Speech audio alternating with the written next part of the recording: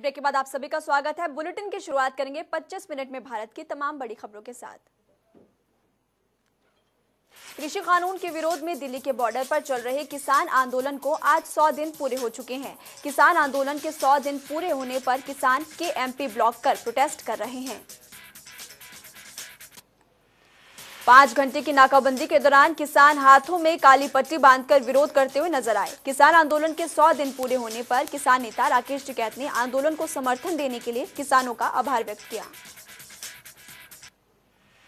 इसके साथ ही राकेश टिकैत ने कहा कि कृषि कानूनों के खिलाफ समाधान तक आखिरी सांस तक संघर्ष चलेगा और हम जरूर जीतेंगे। कृषि कानूनों के खिलाफ किसानों का आंदोलन 100वें दिन भी जारी है। किसानों की मांग सरकार तीनों कृषि कानूनों को रद्द करे और एमएसपी पर कानून बनाए।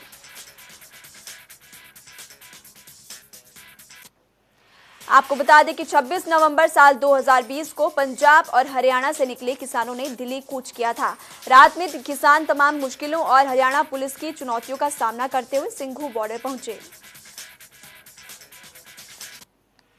5 राज्यों में होने वाले चुनाव की तारीखों के ऐलान के बाद चुनाव आयोग ने चुनाव प्रचार को लेकर सख्ती बढ़ा दी है। चुनाव आयोग ने केंद्रीय स्वास्थ्य मंत्रालय से जिन राज्यों में चुनाव होने हैं वहां कोरोना वैक्सीन के सर्टिफिकेट से पीएम मोदी की तस्वीर हटाने के आदेश दिए हैं। केरल, पुडुचेरी, तमिलनाडु, पश्चिम बंगाल और असम में होने वाले विधानसभा चुनाव के मद्देनजर चुनाव आयोग ने पीएम की तस्वीर हटाने का फैसला किया। 27 मार्च से 29 अप्रैल के बीच इन राज्यों में विधानसभा चुनाव होने हैं।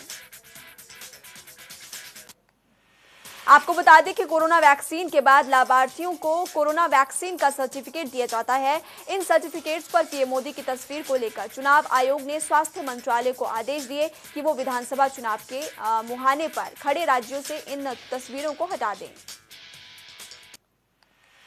चुनाव आयोग का यह आदेश टीएमसी के सांसद डेरेक ओ ब्रायन की शिकायत के बाद आया। उन्होंने मुख्य चुनाव आयुक्त सुनील अरोड़ा से वैक्सीनेशन सर्टिफिकेट पर पीएम मोदी की तस्वीर, नाम और संदेश को लेकर आपत्ति दर्ज करवाई थी।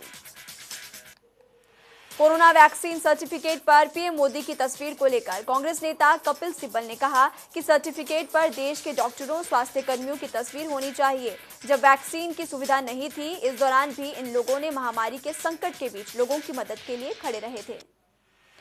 पश्चिम बंगाल में चुनावी अभियान शुरू होते ही बीजेपी और टीएमसी समेत सभी राजनीतिक पार्टियों का चुनावी अभियान तेज हो चुका है। 7 मार्च को प्रधानमंत्री मोदी एक बार फिर कोलकाता में चुनावी रैली को संबोधित करेंगे।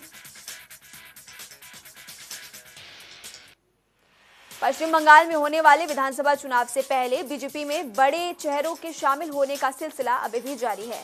तृणमूल कांग्रेस के पूर्व राज्यसभा सांसद दिनेश त्रिवेदी ने बीजेपी का दामन थाम लिया। दिनेश त्रिवेदी जेपी नड्डा की मौजूदगी में बीजेपी में शामिल हुए।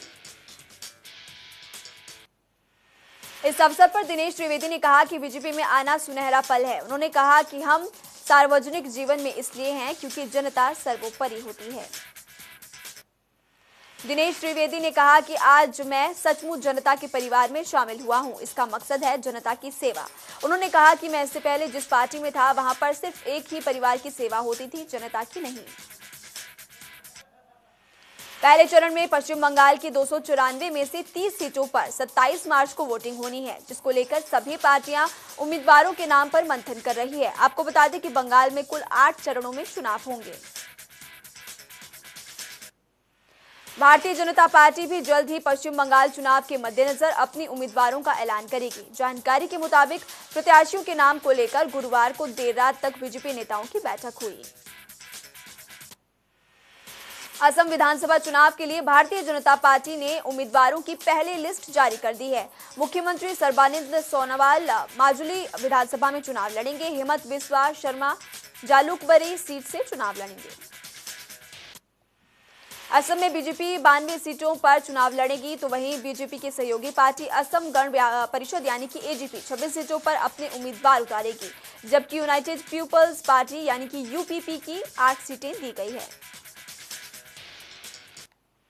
तमिलनाडु के विधानसभा चुनाव में भारतीय जनता पार्टी सत्ताधारी एआईएडीएमके के गठबंधन पर चुनाव मैदान में उतरेगी। बीजेपी और एआईएडीएमके के बीच जो गठबंधन को लेकर सहमति बन चुकी है। बीजेपी और तमिलनाडु की 20 सीटें विधानसभा चुनाव पर चुनाव होगा। पश्चिम बंगाल के रण में लगातार सरगर्मियां बढ़ती जा रही है। इस बीच राज्य की सत्ताधारी पार्टी तृणमूल कांग्रेस ने अपने पत्ते खोल दिए हैं। दरअसल सीएम ममता बनर्जी ने प्रेस कॉन्फ्रेंस की 291 सीटों पर चुनाव लड़ने का ऐलान किया। ममता बनर्जी ने ऐलान किया कि उनकी पार्टी 291 सीटों पर चुनाव लड़ेगी। दार्जिलिंग की 3 सीटों पर अन्य पार्टियों को मौका दिया जाएगा। आपको बता दें कि राज्य में कुल 294 विधानसभा सीटें हैं। टीएमसी की ओर से 50 महिला उम्मीदवार, 42 मुस्लिम उम्मीदवार, 79 एसटी उम्मीदवार और 17 एसटी उम्मीदवारों को टिकट दिया गया है। ममता बनर्जी नंदीग्राम से चुनाव लड़ेंगी। रिलायंस चेयरमैन मुकेश अंबानी को धमकी मामले की जांच अब महाराष्ट्र एंटी टेरर स्क्वाड की तरफ से की जाएगी। पहले केवल मनसुख हिरेन की मोती की जांच ही महाराष्ट्र एटीएस को सौंपी गई थी। अब इन दोनों की मामलों की जांच राज्य एटीएस करेगी। आपको बता दें कि अंबानी के घर के पास से पिछले दिनों एक स्कॉर्पियो बरामद हुई थी जिसमें जिलेटिन की छड़ें थी। इसके बाद शुक्रवार को गाड़ी के मालिक मनसुख हिरेन का शव भी बरामद हुआ। वहीं महाराष्ट्र विधानसभा सदन में बीजेपी नेता और पूर्व मुख्यमंत्री देवेंद्र फडणवीस ने मुकेश अंबानी धमकी केस को लेकर सवाल उठाए और जांच नेशनल इन्वेस्टिगेशन एजेंसी यानी कि एनआईए को देने की मांग की। फडणवीस ने कहा कि मुकेश अंबानी की सुरक्षा महत्वपूर्ण है। उन्होंने सवाल उठाया कि मुंबई क्राइम ब्रांच के जांच अधिकारी सचिन वजे को इस मामले की जांच कर रहे थे, उनको कुछ दिनों पहले जांच से हटा दिया गया। ऐसा क्यों किया गया, ये बड़ा सवाल है। वित्त मंत्री निर्मला सीतारमण ने पेट्रोल डीजल की कीमतों में कटौती के सवाल पर कहा कि वो देश के उपभोक्ताओं की जरूरत को समझती हैं, लेकिन इस मामले में सरकार के सामने धर्म संकट की हालत है। बिहार के पूर्व मुख्यमंत्री राजद सुप्रीयो लालू प्रसाद यादव को हार्ट अटैक का खतरा है। दरअसल झारखंड हाईकोर्ट में दाखिल की गई मेडिकल रिपोर्ट में कहा गया कि लालू को हार्ट अटैक की संभावना और किडनी फेलियर का गंभीर खतरा है, जिसके कारण उन्हें बेहतर इलाज के लिए दिल्ली एम्स भेजा गया है। दिल्ली के मुख्यमंत्री अरविंद केजरीवाल ने बड़ा ऐलान करते हुए कहा कि दिल्ली का अब अपना शिक्षा बोर्ड होगा। उन्होंने बताया कि बजट का 25% शिक्षा पर खर्च होगा। केजरीवाल ने प्रेस कॉन्फ्रेंस कर कहा कि रटने की व्यवस्था पर जोर नहीं रहेगा, बच्चों की रुचि के हिसाब से पढ़ाई होगी।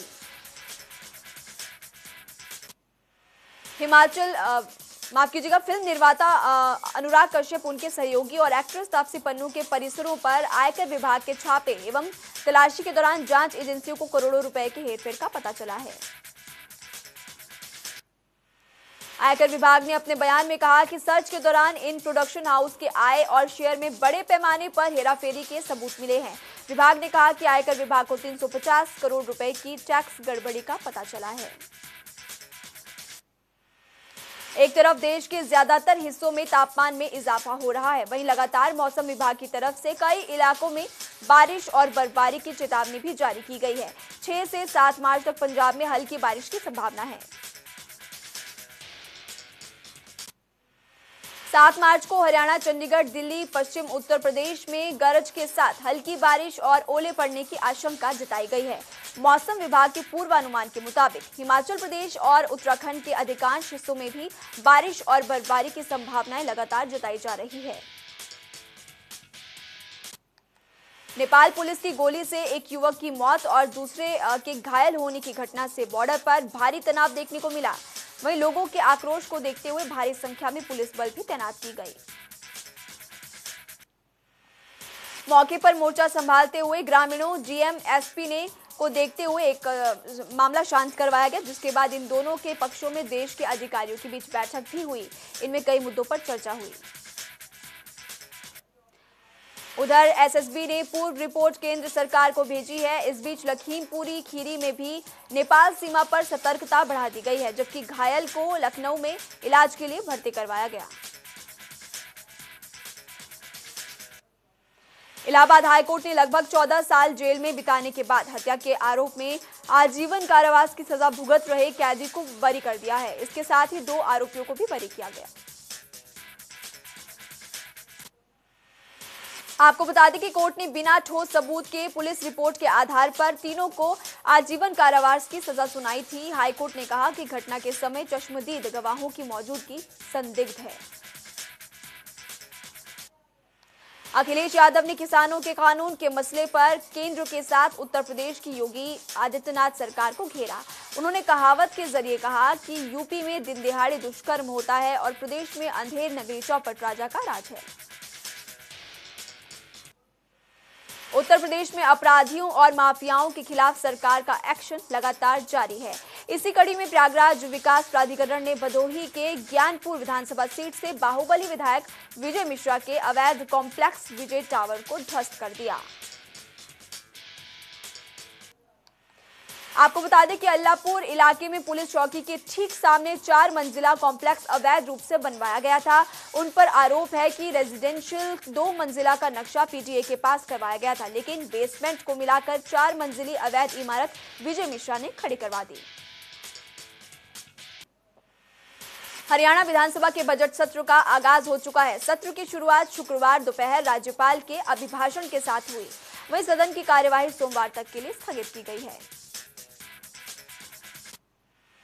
बजट सत्र के पहले दिन एपीएमसी एक्ट को लेकर सदन में हंगामा हुआ। दरअसल कांग्रेस विधायक बीबी बत्रा ने एपीएमसी एक्ट में संशोधन पर दिए गए प्राइवेट मेंबर बिल को रद्द करने का मामला सदन में उठाया।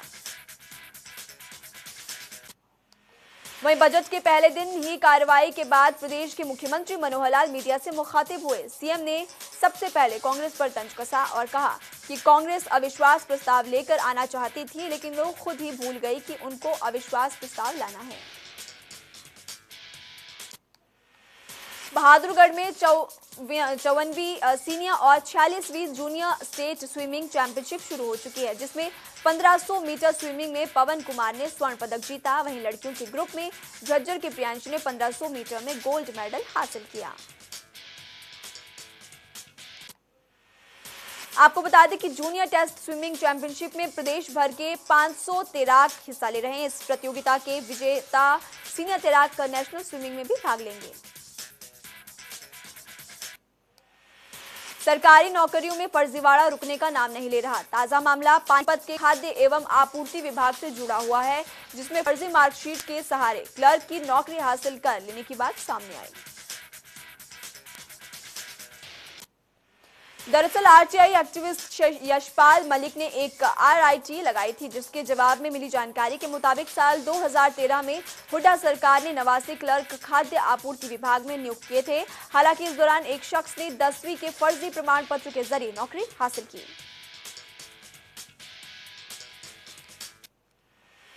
पानीपत पुलिस ने फरवरी महीने में बुलेट से पटाखा फोड़ने वाले लोगों के खिलाफ एक अभियान चलाया था, जिसमें पुलिस ने ऐसे लोगों के चालान काटे जो कि सड़कों और कॉलोनियों में बुलेट से पटाखा फोड़ने की आवाज कर शहर का माहौल खराब कर रहे थे।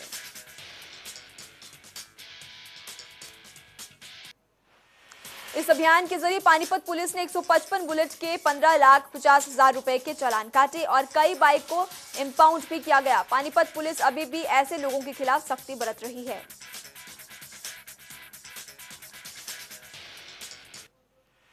वहीं डीएसपी सतीश वत्स ने से जब महिलाओं और कॉलेज जाने वाली लड़कियों के भी यातायात नियमों का पालन नहीं करने को लेकर सवाल किया गया, तो उन्होंने कहा कि महिला हो या फिर पुरुष, कानून से ऊपर कोई नहीं। जो भी नियमों की अवहेलना करेगा उसके खिलाफ कार्रवाई जरूर की जाएगी। पाक सेना के खिलाफ कारगिल की जंग में देश को जीत दिलाने वाले सोनीपत जिले के एक सेवानिवृत्त सूबेदार अब वृद्धाश्रम में रहने को मजबूर हैं। दरअसल सोनीपत जिले के मयूर विहार में रहने वाले रिटायर्ड सूबेदार परिवार के लोगों के उत्पीड़न से तंग आकर अपनी पत्नी शकुंतला देवी के साथ 5 दिन के वृद्धाश्रम में रहने को मजबूर है। रतिया के गांव जाखन दादी और आसपास के गांव में तेंदुए की मौजूदगी से डर का माहौल बना हुआ है। गांव में घुसे हुए तेंदुए ने 2 लोगों पर हमला कर उन्हें घायल किया। फिलहाल इलाज चल रहा है। वहीं जाखन दादरी और गांव में तेंदुए की सूचना मिलने पर ग्रामीणों के साथ साथ प्रशासनिक विभागों में भी हड़कंप मच चुका है। देर रात से तेंदुए को ढूंढने का प्रयास किया जा रहा है।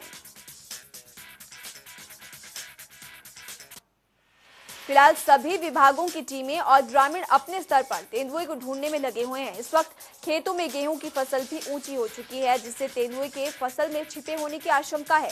तेंदुए को ढूंढने के लिए ड्रोन का भी इस्तेमाल किया जा रहा है। नूंह में जिला योजनाकार अधिकारण वेद प्रकाश सहरावत में करीब 15 एकड़ अवैध भूमि पर बने रास्ते और निर्माण को गिराया गया। पुन्हाना में विभाग द्वारा ये दूसरी कार्रवाई की गई है। इस दौरान टीम के साथ भारी पुलिस बल भी तैनात किया गया।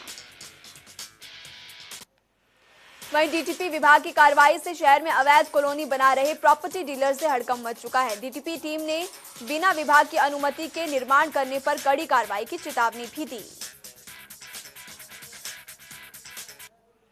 भिवानी जिले के गांव हालूवास में देवर से रिश्ते ने अपनी भाभी को ही तेजधार हथियार से हत्या कर दी। बताया जा रहा है कि देवर ने इस घटना को अंजाम देने के लिए बाद में खुद भी जहरीले पदार्थ से सेवन किया, जिससे गंभीर हालत में इस वक्त वो अस्पताल में भर्ती करवाया गया है।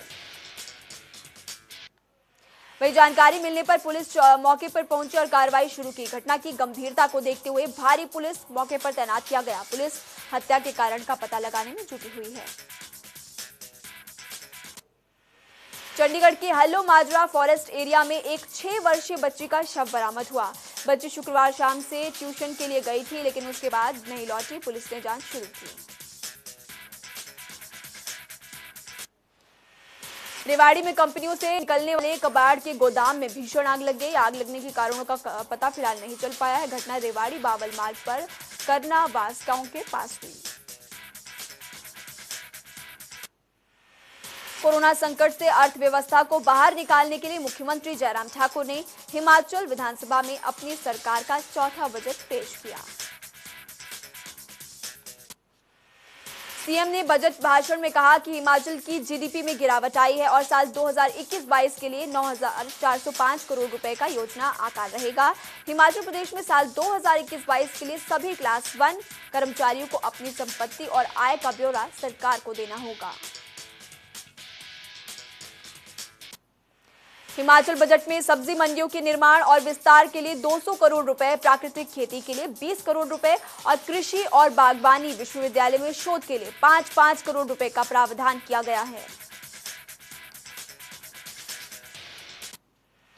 सीएम जयराम ठाकुर ने कहा कि 63 मंडियां हैं और 20 और नई मंडियां बनाई जाएगी। साथ ही उन्होंने कहा कि राज्य मधुमक्खी बोर्ड के गठन का भी ऐलान किया गया है।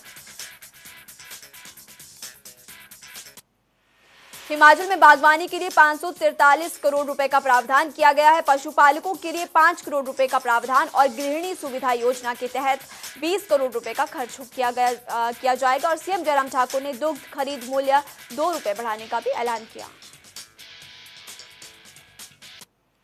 साथ ही उन्होंने कहा कि पौधारोपण की नीति में सुधार किया जाएगा। 14,000 हेक्टेयर भूमि पर पौधे लगाए जाएंगे। 100 स्थानों पर नए पार्क बनाए जाएंगे। साथ ही एप्पल प्लांट जूस की भी स्थापना की जाएगी। जायका परियोजना को प्रदेश के सभी जिलों में चलाया जाएगा। प्राकृतिक कृषि से 50,000 नए किसानों को भी जोड़ा जाएगा। नाबार्ड के तहत विधायक प्राथमिकता राशि को 120 करोड़ रुपए से बढ़ाकर 165 करोड़ किया जाएगा। हिमाचल प्रदेश के 2 विश्वविद्यालयों के लिए 5 करोड़ का अनुसंधान कोष भी स्थापित किया जाएगा। बजट में सिलाई अध्यापिकाओं और पंचायत चौकीदारों के मानदेय में 300 रुपए की बढ़ोतरी की गई। पंचायतों में 2,982 कॉमन सर्विसेज सेंटर बनाने के लिए 149 करोड़ खर्च होंगे। हिमाचल में 300 जल भंडारण बांध बनाने के लिए 100 करोड़ रुपए का प्रावधान किया गया है। हिमाचल में विधायकों को 1 अप्रैल से मिलेगा पूरा वेतन। पहले कोरोना के चलते 30% की कटौती की जा रही थी। हिमाचल के स्कूलों में तैनात एसएमसी और आईटी टीचर्स के मानदेय में 500 रुपए की बढ़ोतरी की गई है। मिड डे मील कर्मचारियों के मानदेय में भी 300 रुपए का इजाफा। शिक्षा के लिए 8,024 करोड़ रुपए का बजट रखा गया। सीएम जयराम ठाकुर ने कहा कि कोरोना काल में आशा वर्करों ने बेहतरीन काम किया है और इसीलिए इनके वेतन में 750 रुपए बढ़ाए जाएंगे। सीएम जयराम ठाकुर ने मिशन दृष्टि का ऐलान किया। इसके तहत कक्षा 6 से 10 तक के छात्रों को आंखों के लिए फ्री जांच और फ्री चश्मा दिया जाएगा। विश्व भर में कोरोना के कुल मामले 11 करोड़ 66 लाख से ज्यादा हो चुके हैं, जिनमें से 25 लाख 92 हजार से ज्यादा लोगों की मौत, तो वहीं 9 करोड़ 22 लाख से ज्यादा लोग ठीक हो चुके हैं। भारत में कोरोना का ग्राफ एक बार फिर से बढ़ने लगा है। देश में कोरोना के करीब 18,292 नए केस सामने आए, जिनमें से 14,000 से ज्यादा लोग ठीक हुए, तो वहीं बीते 24 घंटों में 109 लोगों की मौत हुई। भारत में कोरोना संक्रमितों की संख्या 1 करोड़ 11 लाख 91 हजार को पार कर चुकी है। इनमें से 1 करोड़ 8 लाख 92 हजार से ज्यादा लोग ठीक, तो वहीं करीब 1 लाख 57 हजार 700 से ज्यादा लोगों की मौत हो चुकी है।